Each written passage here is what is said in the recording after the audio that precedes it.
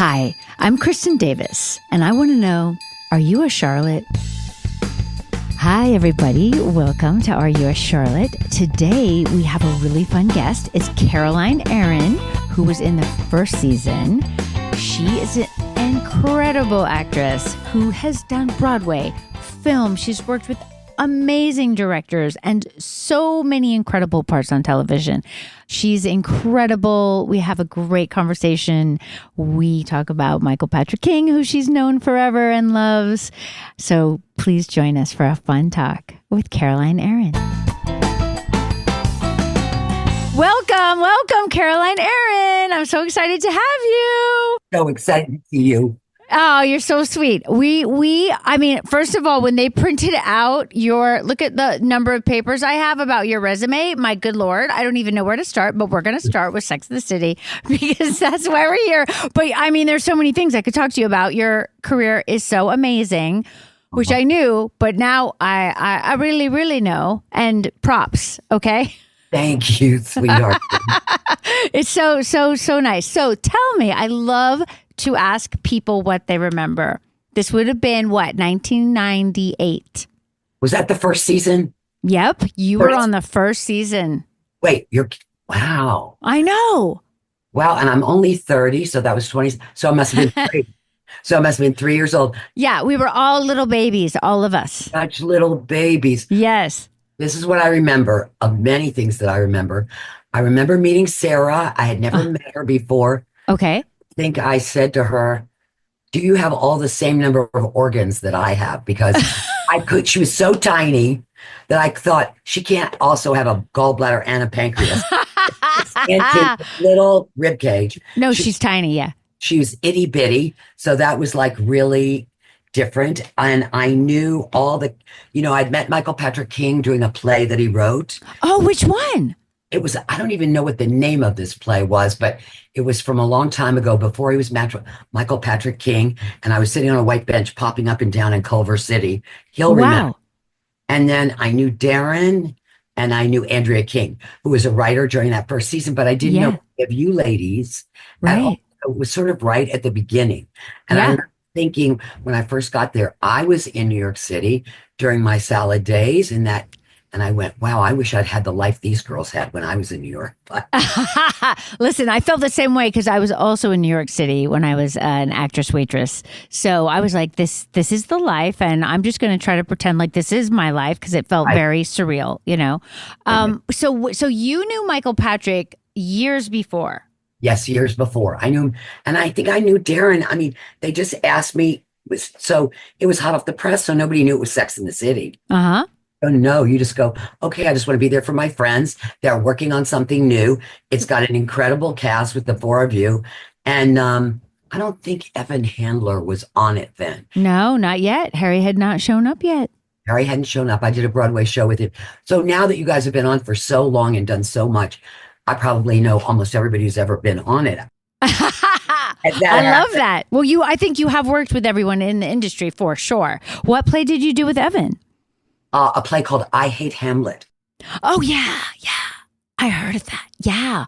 Oh, wow. I'm going to talk to him about that. Now, this is what I love so much about you. Like, as much as you are a brilliant character actress where you can do Broadway, film, Woody Allen, Mike Nichols, television, vintage, period pieces, blah, blah, blah, everything. You are also very specifically you. Like, your voice alone is like so evocative. Like, I just hear your voice and it's very powerful. So when Maisel came on, I was like, oh, this is like the best thing that's ever happened. We just get so much Caroline, which I really love. Right. I have to say that was the gift that keeps on giving. And so special. Very special and very exciting. And, because I had worked with so many great film directors who were auteurs, starting with, I think the very first Broadway play I ever did was directed by Robert Altman, one of our filmmakers, with Cher. What? Love it. And Chastity was always there. That's Chaz now. I understand. Cher and Sandy Dennis and Karen Black and Robert Altman directed it. So that was really exciting because it was his first time sort of doing theater himself. And because I've worked with so many iconic filmmakers, and, I always say, like, auteur filmmakers are different because it there's no, there's nothing being done by committee. It's all one vision. You you die on that hill or you succeed on that hill. And then when I got in Maisel, I went, oh, there's auteurs in television too. And you are a part of a show that has a television auteur, and so was I. Definitely. From doing a lot of TV, I remember one time years ago, I auditioned for something, and my agents called me and said, "You're their first choice." And I was so excited. And they went, "Unfortunately, this time they're going with their second choice." Oh my God. And I went, what?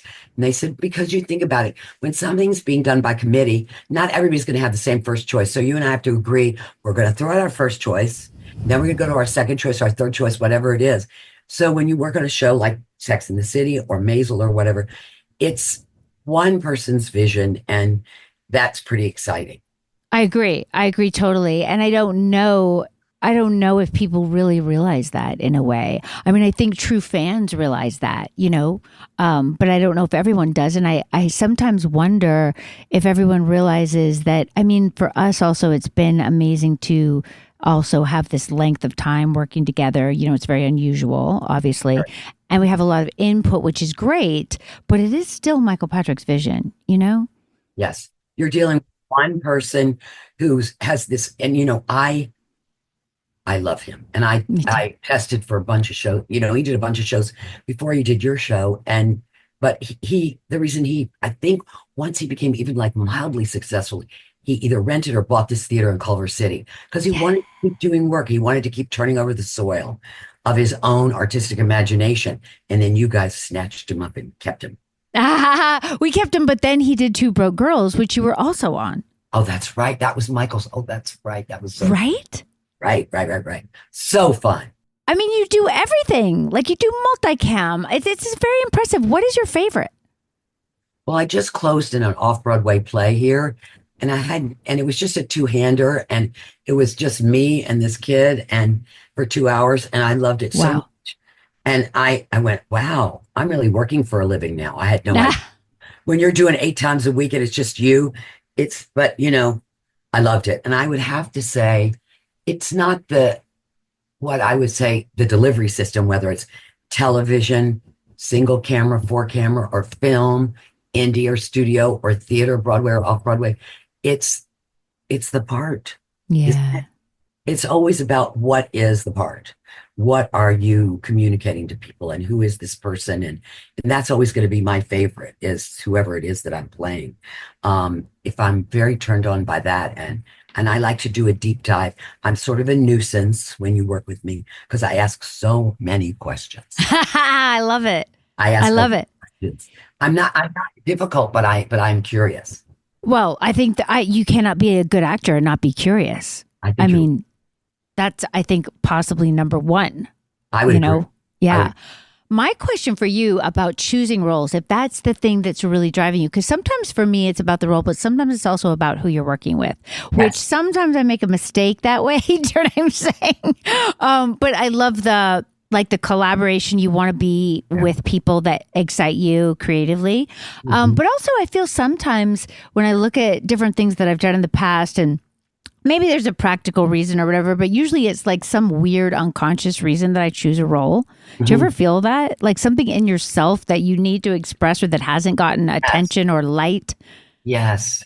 And I think I'm always going to be drawn to not repeating myself. And I'm sure, you know what I mean? It's like if you were offered like in the next 10 years, Charlotte. Oh God, no, yeah. Then you would go, you know what? I've already played in this sandbox. I want to play in another sandbox. Oh, for sure. Oh, I've definitely taken parts just based on that. It's not always a great thing. I know.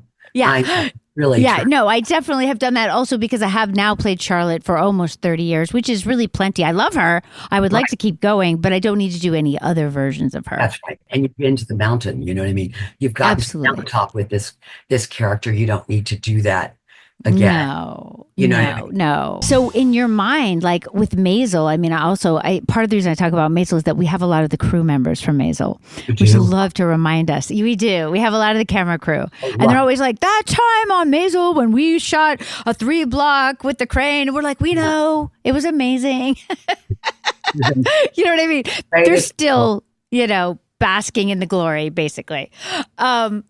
Okay, so I feel like we talk about it. I mean, also it was such a beautiful New York show, in a different way, in a different era. But so for me, like I love that era so much. I know. It made me miss my mother every day. I wrote an Yes. article that was published in a magazine. Um, I think the name of the article was called The Mother Load. And originally they were going to interview me about Maisel. And then I was like, and I'm sure you feel this too. I really am so sick of talking about myself when you're doing a lot of press all at once and you just feel like, oh, no, no, don't talk to me about me. So then they said they offered for me to write it. I went, Wow. great. So I wrote about my mom Uh-huh. playing a mom. It was great. And where there was an overlap between her mothering and Shirley, the character, Right. it was putting on the clothes. It was Yeah. like, and I kept thinking, why did I give away all of my mother's clothes? Oh my gosh. Yeah. And I don't remember it well enough, but one of the sort of like iconic things about Shirley was this white mink that she had all the time with her, no matter if it was 80 degrees out. And it was a real mink, and Amy wanted it to be white as opposed to brown, and it had to be Wow. in the 50s, and they searched it out. And then a couple of months after the show wrapped, they sent it to me as a gift. So I have this That's one mink, so sweet. isn't that so sweet? And I go, what will I ever do with it? But maybe it will come back in. But it was those kinds of things, gloves, hats, all those things that my mother always, it was just her everyday life for Yeah. those things. And I think that made me miss her. Yeah. Well, those details, I mean, that's such an interesting thing to think about when you are playing a part, and sometimes when you're doing something on stage also, because I feel like when you're doing something on stage, they really build a costume from the ground up, in a Absolutely. wonderful way, which changes how you feel and how you're moving and all of those things, which is Absolutely. also true of modern clothes as well. We just kind of take it for granted. But I feel like the details that went into those costumes on And Maisel Donna, were, our costume designer genius, for yeah. Maisel, I would come in some days and I'd go, do I have to put on the girdle? It's 4 in the morning. And the pointy bra, and because there'd be a scene where I'd just be in my robe, and she'd go, yes, you have to put it on. It makes you walk differently. It makes you talk Yeah. differently. You know what I mean? It's like, Yeah. I cannot believe that women in that age and during that time didn't have a lot of bladder infections. I can tell you that because none of us Oof. wanted to go to the bathroom. There was a lot to take off.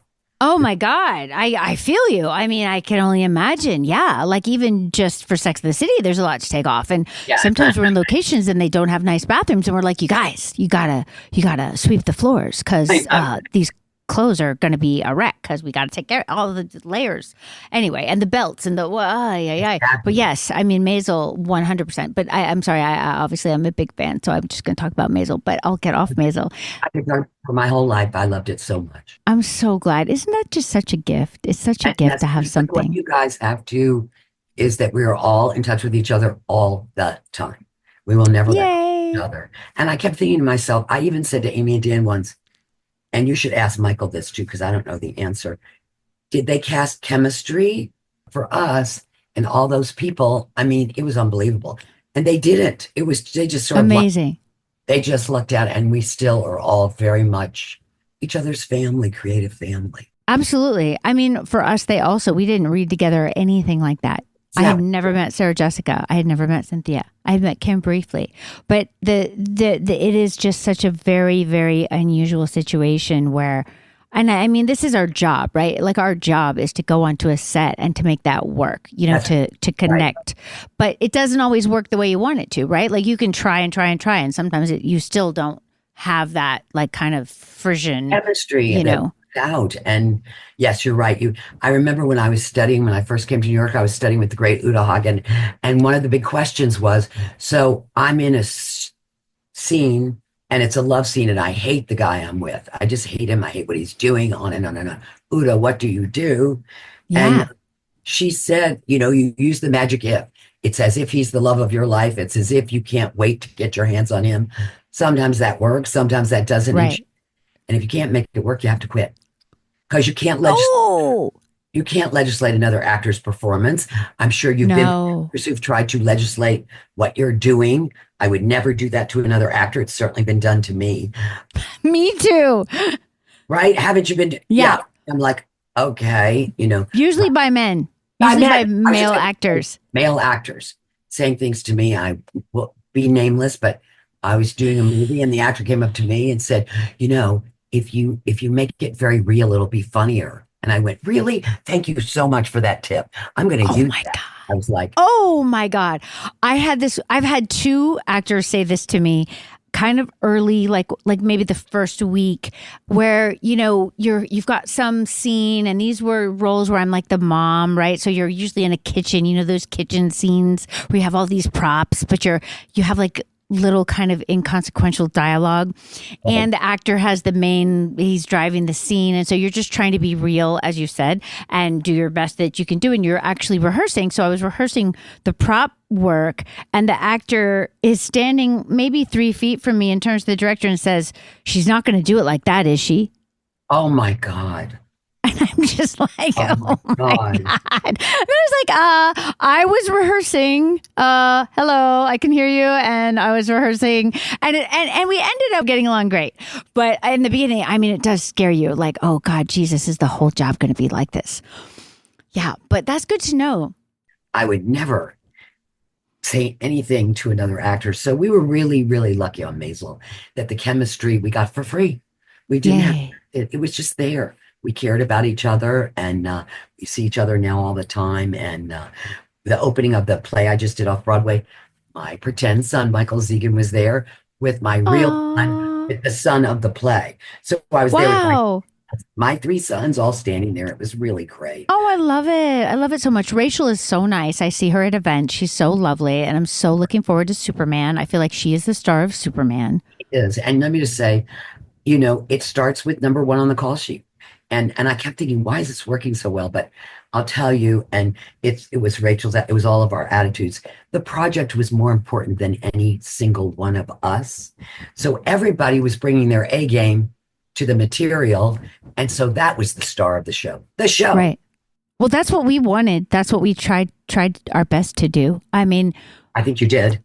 thank you. It because where you are, you're still going, Missy. That's right. And which we're just so incredibly lucky. Like, do you ever think about your whole career and like when you were starting, what was your biggest dream, or what was your fantasy version of your career? My fantasy version hasn't happened yet. I can't wait for it. Oh, I love that. Okay. Do you want to put it out there? What is it? I lived in LA, for 24 years. And I said, until I came back to New York for Maisel, but I used to say, what I want for my career is to know where my parking place is.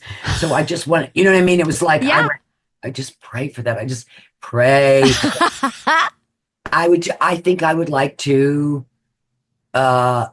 be on a successful, important, interesting TV series for a number of years.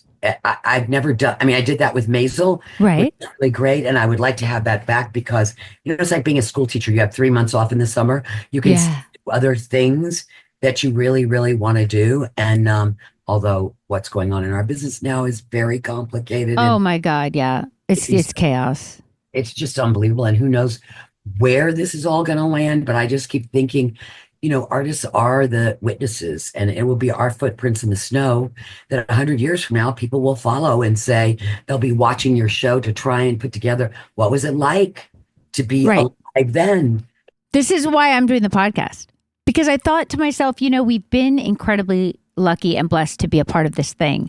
And many other people have shared their thoughts about the show and the people on the show and what they think went on or didn't go on. But I thought, why shouldn't we share our own thoughts and memories so that it's like a time capsule, because things are changing so rapidly, So funny, because I was only in that one episode for a minute in the first season, and like even very early on in the first season.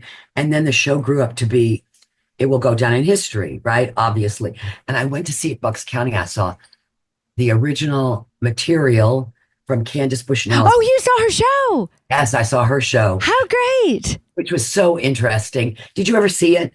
No, I just heard her on the podcast. She talked a lot about it. I mean, she's a fascinating person. So fascinating. And you know what the set was? Did you tell me what the set was? No.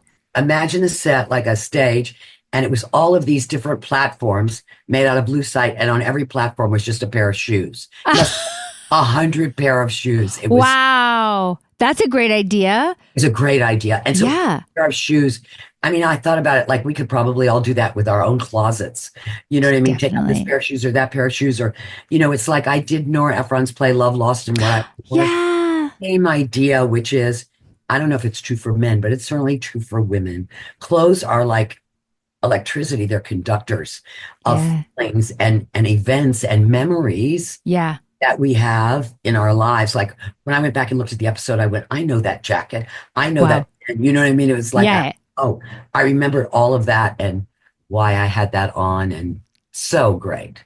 So So great. And the thing that I love about you, and I mean, this is true in all the roles that you do, but when also, I don't always remember part of what's interesting looking back on the show is like, I would never have thought that you were in first season. I remember you so vividly being on because you're such a presence, but I would have thought it was later. But first season, we hadn't even been on the air, right? So right. I mean, you so nobody definitely, knew that it was yeah, Sex in the City at exactly. all. You know what I mean? It was like, and I Yeah. kept wondering if people are going to like this. When people would interview me about Maisel and they'd go, why do you think it's a hit? And I would go, And when they first sent it to me, I was like, okay, this is great. Jews will like it. New Yorkers will like it. I guess that's a lot of people. And then it turned out that it blew up internationally and we did press all over the world. And I would ask people all the time, like we were in Milan doing press and there were all these journalists that came in from like Sweden and Brazil and this place. And I'm like, why do they like this? Where do they line up and Yeah. find a place to relate to? And it was one of the most interesting things that I heard was there was a young woman, a young journalist, I think she was from Sweden, and she said, we see a lot of young women on television, but we don't see confident women our age. Wow. Most of the women they were seeing on television, they had boyfriend problems or parent problems or job problems or whatever. They didn't see confident women. And it was so meaningful to her to see a Wow. woman who was ambitious and confident in her 30s. And I thought, Wow. isn't that interesting? I thought that was Yeah. interesting. And also it's about family and everybody has Yes. one, even if your specifics are not their specifics, I think. Mm-hmm. And it's about dreamers, Ah, having a yeah, big yeah. dream. And I think people like really, really responded to that. And so it was a big mystery. And I felt the same way when my friends all started on Sex in the City because I knew Mm. Darren, I knew Michael, and I knew one of your writers at that time, this woman, Andrea King, who's Right. a wonderful writer. And I think we had become friendly. She was like the editor of the Hollywood Reporter, or she'd been in journalism in some way. Wow. Oh, I didn't know that. Yeah, and Darren was like one of her best friends. He asked her, to come to the party. And I remember wondering, are people gonna like this? I mean, we wondered as well. We were I scared. wanted to know from you. You did, Yeah. you get the script, you're shooting a pilot, you go, I don't know. I mean, we knew that we loved it. I think that I know for myself, I had a sense of how special and different it was. Certainly I had been my out of work actor self in New York, and then I had gone to LA because there was more work, right?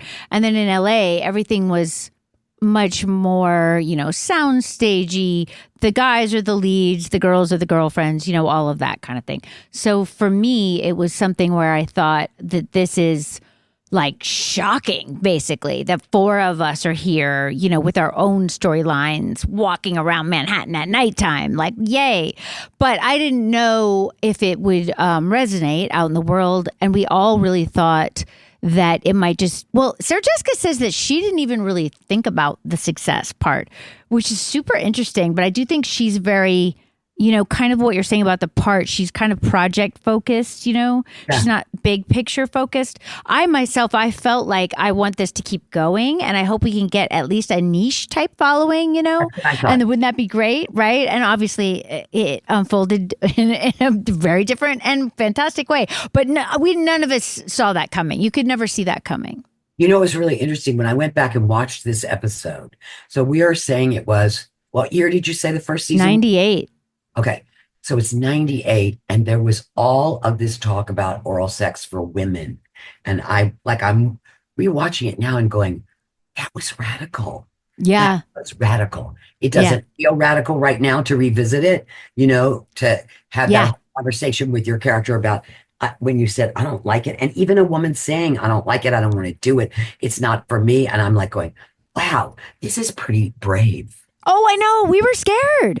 Yeah, this was really brave. I don't think people can, for now, can even realize how brave it was. And how Absolutely. right through. Yeah, things have changed in some ways so much, and then other things have not changed, That's which right. is really interesting to look at. I remember being nervous about so many elements of it and thinking like, are people just going to be outraged? Like, oh my God, turn this off, you know? Exactly. Nobody should see this. It was like, yeah, it Yeah. was. Yeah.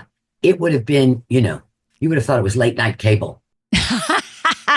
Right, because it did have that element. It did have that element. And I remember the press that came out in the beginning, and a lot of it that was kind of male driven reviewers, kind of snobby, reviewers, was very negative, very negative. And part of us was, I remember, I'm not a big review person anyway, but it trickled down to me, generally speaking. And we were just like, we're not going to, that's not who we're making the show for. We're just going to block it out. We're not making the show for these white guys who write for papers, Right. Yeah.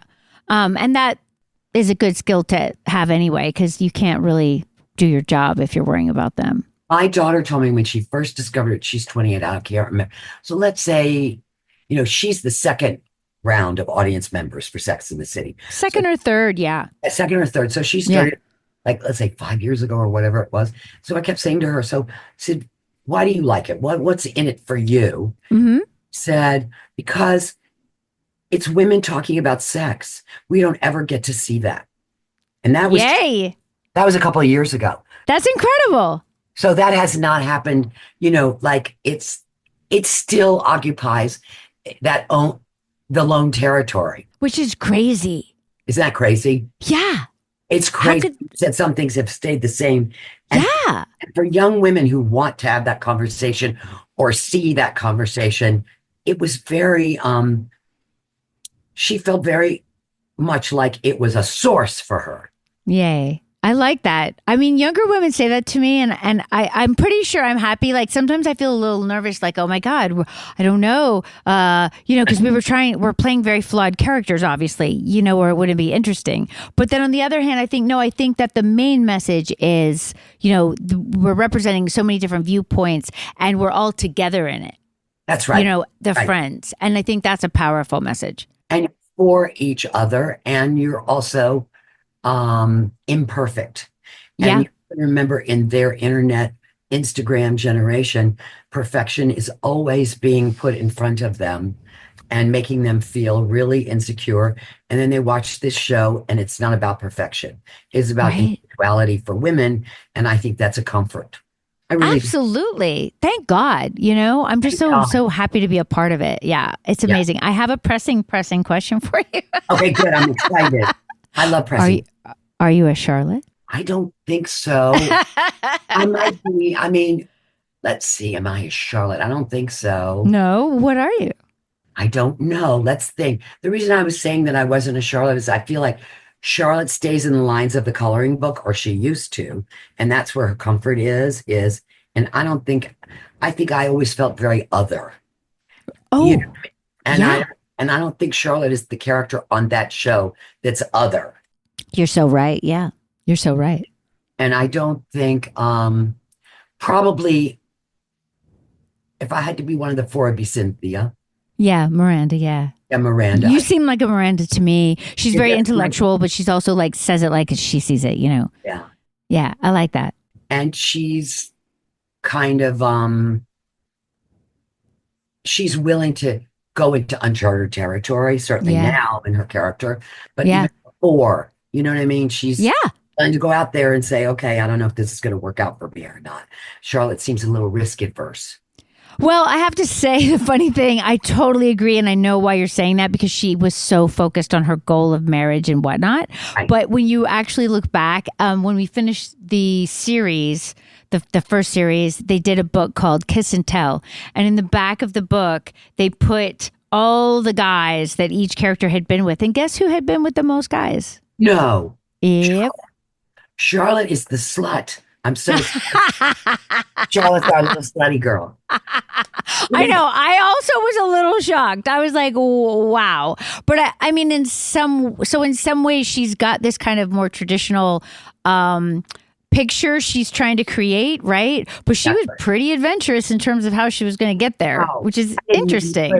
Isn't that interesting? I know. Yeah. It's also surprising when I rewatch back to the early days. I'm like, wow, I am all over the place, man.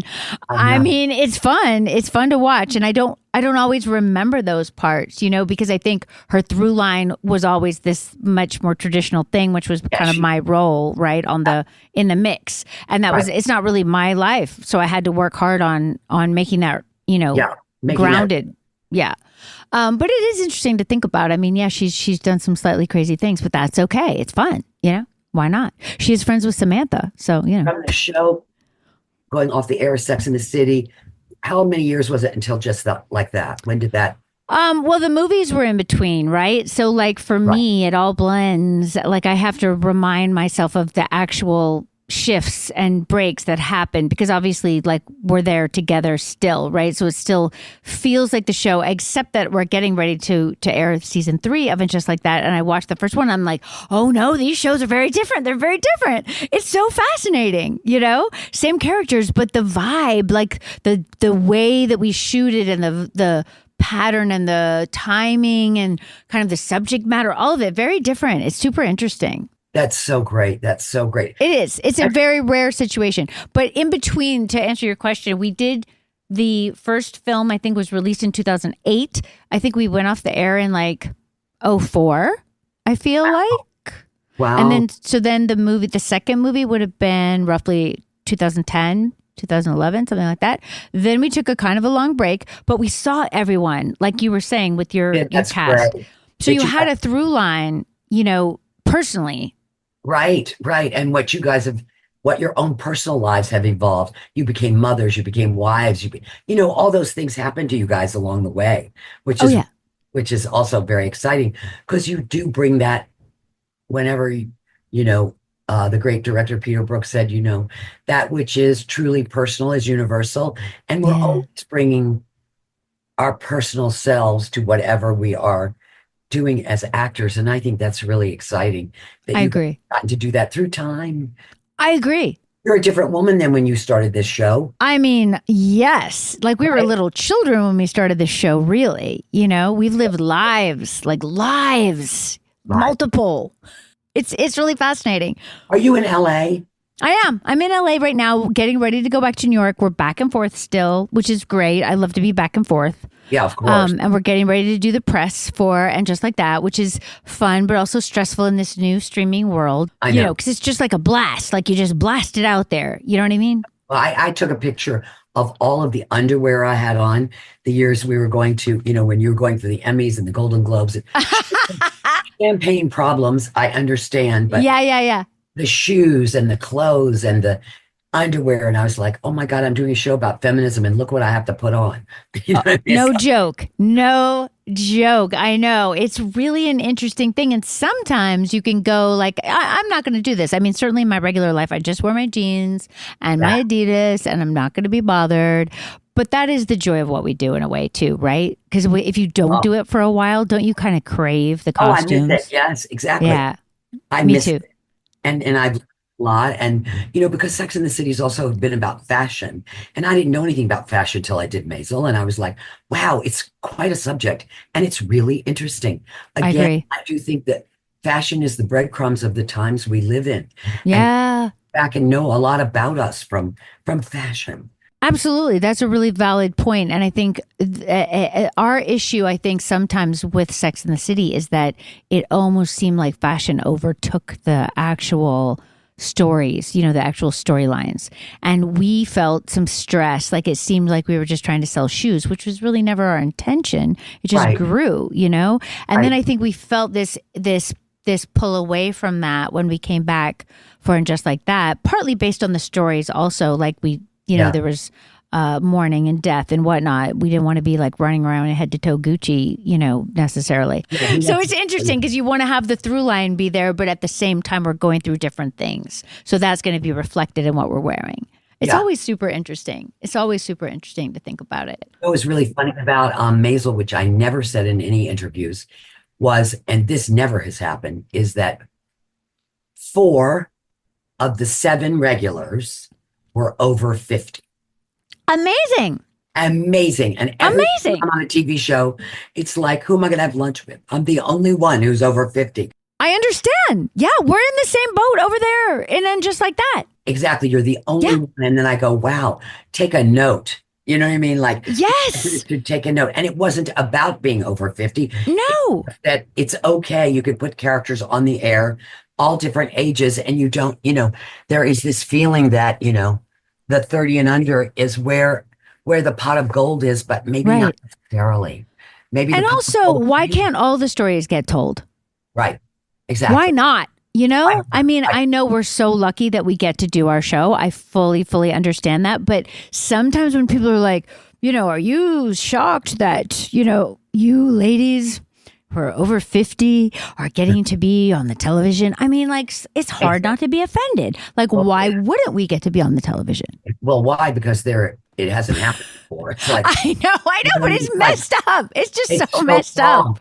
It's so wrong. I remember I actually sold a television pitch many years ago. I'd never done it before for a show that I wanted to see about women. And we got to the point of having auditions. And I don't know if you remember this company, Carsey Warner, but Marcy. Yeah, of course. And I put a friend of mine down on the list to come in and audition. And after she auditioned, she was a brilliant actress. And Marcy went like this to me.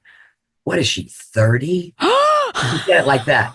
And I went, no, she's not. But I said, because I played my daughter in a play. And so I know her. And I went, but I said, so is the moral of the story that when you get your period, you should just cut up your SAG card? And she said, pretty much. That's what she said. Oh my God. I mean, it's so insane. But I do remember as a young actor being so worried that I wasn't successful. I wasn't successful until I was 30. And I was like, well, I'm only going to have 10 more years, then it's going to be over. That's it. Right? Because that was how we were brainwashed. And everybody seemed to accept it as a truth. Exactly. Every time that truth gets disproved, like by your show or our show or whatever. Yeah. Like so relieved. I know. Not that they catch up to that truth. No, I know. They forget immediately. They forget immediately. But it's like, that's what I want to see, is like, I want to see everybody. I'm with you. Me too. I want to see it all. I want to see young people and older people and old people and yes, the human experience. Yes. What our job is. Yes. God, yes. All right. You are a joy.